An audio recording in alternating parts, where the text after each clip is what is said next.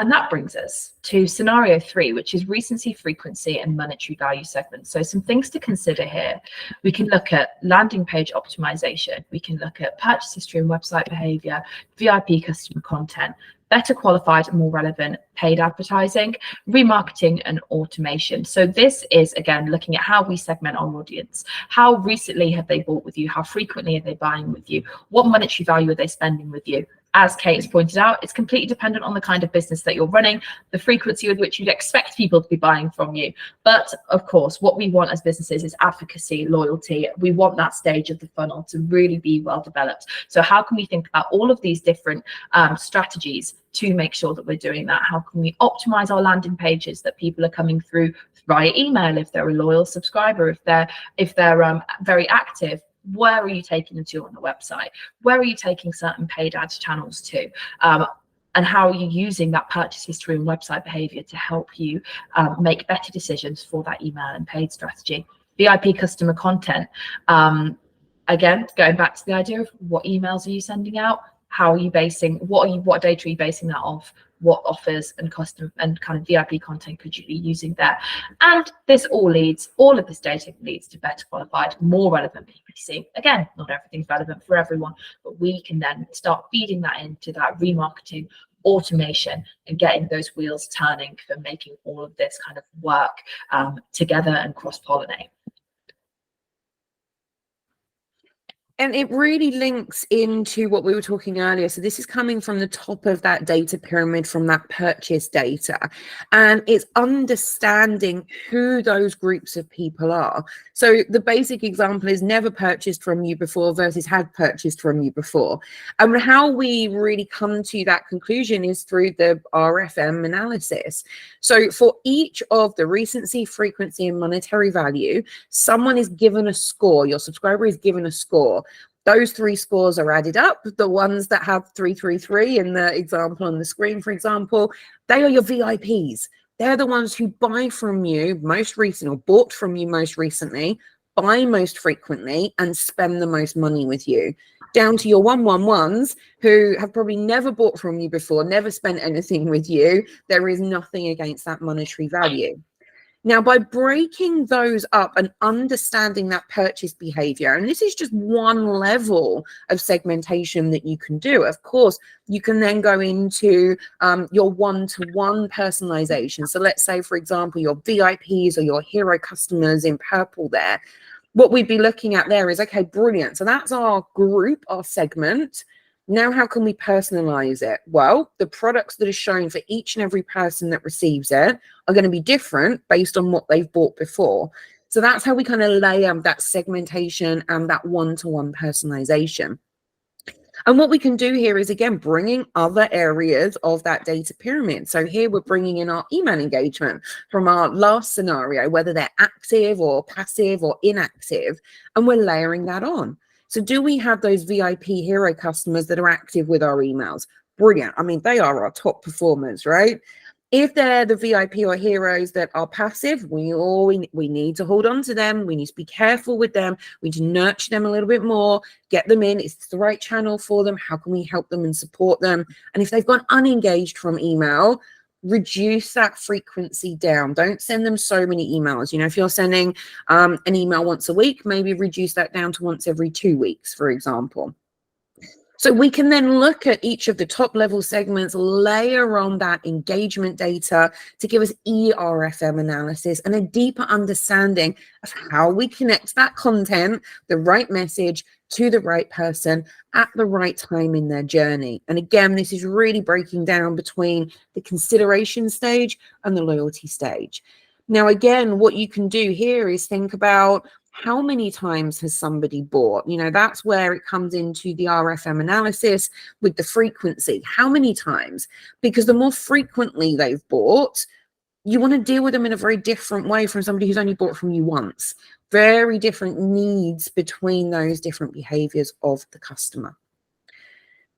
So this is a fantastic way to understand using that behavioral data at one level, but really going into that core of the purchase data. Here we need to be really thinking about how we can, again, as we've said in this whole session, learn from all of the different channels and bring that knowledge in so that we can create those different strategies for each segment. So thinking about encouraging and rewarding loyalty. So for those 333s, for those high RFM customers, how do we reward them especially, particularly if they're active with email as well and we're connecting it together there? How do we make sure that for those that are in that middle ground, we're pushing them through to those repeat purchases? We're looking at techniques to increase average order value, for example. And for those high frequency customers, how can we make sure that they are protected? So that even could be taking those segment of high frequency purchasers and excluding them from other automations that you might have in place. So when we connect all of that together, we can start to think about the types of campaigns that we might want to send out. So the first example that we've got for you here is if you identify those subscribers who haven't purchased from you yet, as part of your welcome series, and on the left of the screen, you can see the example from Just Fab offering that 75% off their first item. Now, what we've got on the right-hand side of the screen is one of their normal emails that would have gone out to probably the whole base. But for those subscribers who haven't made a purchase before, they've got this dynamic content bar in green at the top. So this is only going to show that offer for people who haven't made a purchase yet. Anyone who's made a purchase wouldn't see that green bar, but they're continuing that messaging through the other emails that they're sending beyond that welcome program. And then if we look at another example, so in this next one, what we're doing is really thinking about how we can nurture subscribers through a conversion stage. So we've got an example here from Indeed, where with a series of emails, so for them, a conversion is signing up and uploading your resume. For you, it could be somebody making a purchase of your product. But what we're thinking about here is how do we really understand that process, support that process, nurture that purchaser through to make sure that they feel supported and start to build that loyalty. And what Indeed do here is through this series of emails, they have different focuses and different areas of support, different elements that converted person can go through to. Now, for you, that could be upsell and cross-sell, but what we want to focus on here is help and support with the product or products that they've just bought. So one of the great things that you can do is include a video with your emails to show them how to clean that product, look after it, fit it properly, whatever it is for your business. But we want to support them and nurture them through that purchase process. Because experience is everything, and this is what's going to drive loyalty. And again, we've got some other examples coming up on the screen here with, step by step, do this next. If you've got a platform or a piece of software, for example, or a membership that you're selling to somebody, help them get to that next stage. If you're selling the product, so we mentioned the video on the right hand side, we've got an example of how to fit this doggy harness in the car so that your dog is safe. Really helpful.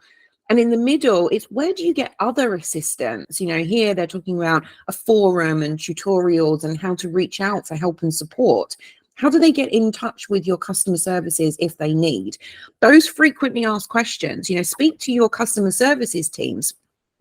What are those questions post-purchase that most people have? There will be, I guarantee you, if you have customer services teams, a list of common questions that come up about the service, about the product, what they need to do.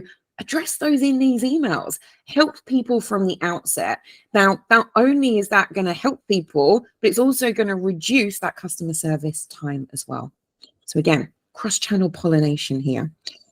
And when you're reactivating those inactive customers, we've got a couple more examples here, building on what we spoke about earlier, whether that is bringing them through to buy again through an offer or highlighting those features that they're currently missing by not being an active customer with you.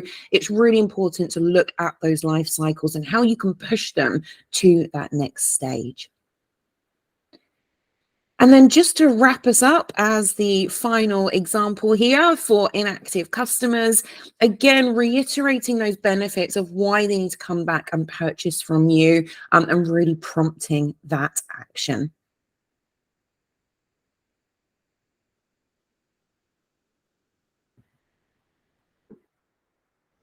Amazing. And that, I think, brings us to the conclusion of the fact that all of these individual channels that we've spoken about are great, but when they're used effectively together, they can inform strategy and become even more valuable.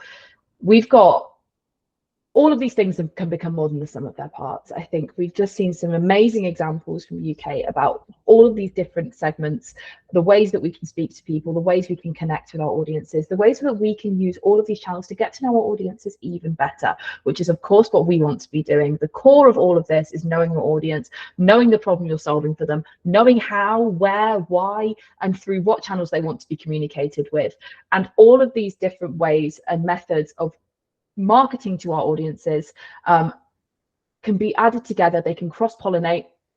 Word of the day, they can be cyclical and become even more valuable and help us drive more and more relevant, high quality, data-led traffic to our websites. So to conclude, thank you so much for spending your time watching this session today. Please feel free to connect with us on LinkedIn, and both Footprint Digital and eFocus Marketing have brilliant books available as well to delve more into all of these topics and into how we can all make the most of the data that we have access to and drive even more success online. Thank you. Thanks, everyone.